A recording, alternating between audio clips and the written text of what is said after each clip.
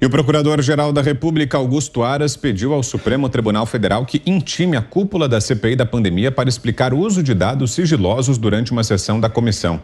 O pedido responde a uma notícia-crime protocolada pelo vereador do Rio de Janeiro, Carlos Bolsonaro, que acusou Renan Calheiros e Omar Aziz de ter cometido crime como prevaricação e abuso de autoridade.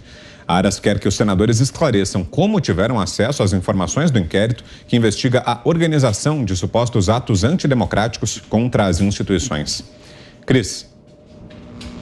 Pois é, veja, a gente está desde o começo do programa aqui falando de vazamento, de inquérito ilegal, de informações sigilosas, e essa CPI, ela simplesmente vazou informações sigilosas que ela era obrigada a manter sob sigilo por ordem do STF e não deu em nada. Ninguém fez nada, arruinaram com a vida de profissionais sérios, de médicos que estavam lá na condição de convidados, que foram prestar informações sobre assuntos que os senadores desconheciam, na tentativa de colocar alguma coisa na cabeça deles que pudesse fazer eles entenderem o que foi, afinal de contas, essa pandemia, qual foi o tratamento que os médicos pesquisaram e com sucesso salvaram milhões de vidas, por que estavam tentando em Manaus, naquela época do caos de Manaus, levar mais informação para os médicos locais lá, mas não foram ali, tiveram depois seu sigilo quebrado, o STF determinou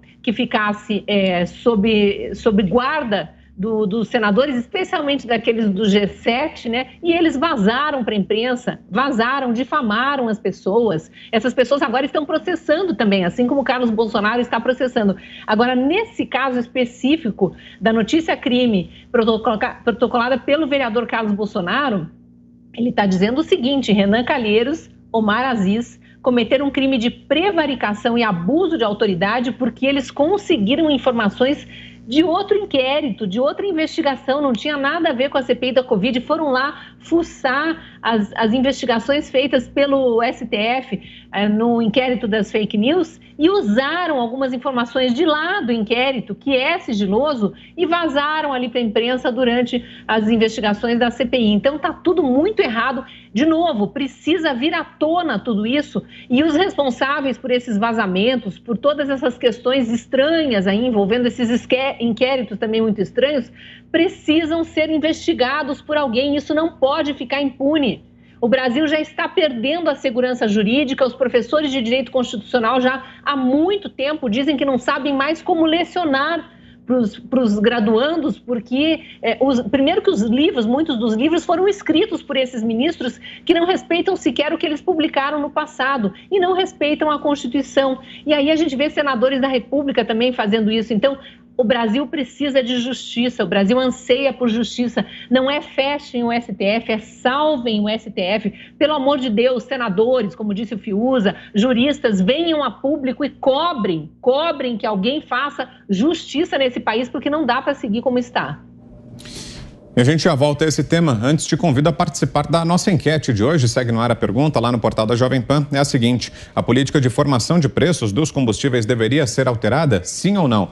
Participe lá no portal da Jovem Pan, www.jovempan.com.br. No final do programa a gente traz aqui o resultado final.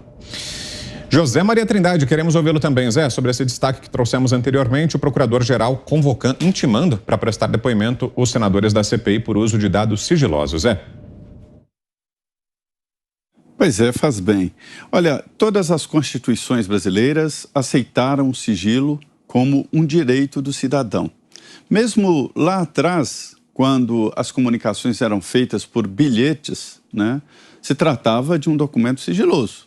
Se o encarregado de levar o bilhete, de levar a carta, violasse a correspondência, já era crime. O sigilo não foi feito para encobrir crimes, mas para proteger pessoas, inclusive de mal entendido. Então, legalmente, o sigilo é um direito do cidadão. Ele pode ser quebrado, sim, quando houver indício de crime, quando houver uma investigação, e esse sigilo só será aberto, quebrado, por um integrante do judiciário.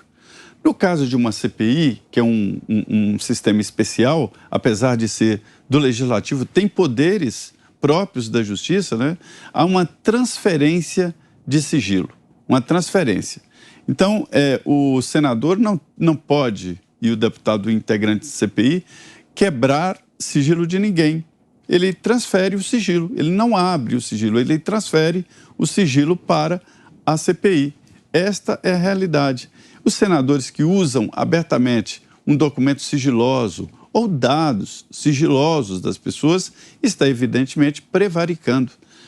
Isso porque na investigação, no resultado final da investigação lá do caso da compra da Covaxin, está ali, claro, dizendo que ao presidente da República não caberia aquela função, né, de abrir investigação ou de investigar compra de Covaxin, né? Nesse caso aí, é exatamente o contrário. Aos deputados, aos senadores participantes de CPIs, no caso aí da pandemia, era uma CPI só de senadores, né? Eles se transformam em guardiãs do sigilo. Então, cabe a eles proteger o sigilo e abrir o sigilo. É crime, sim.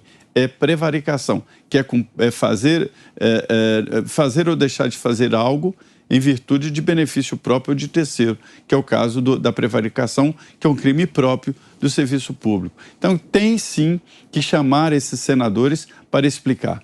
Nesse caso aí, que é outro caso, é mais absurdo ainda, porque usaram sigilo sem o pedido de transferência, né?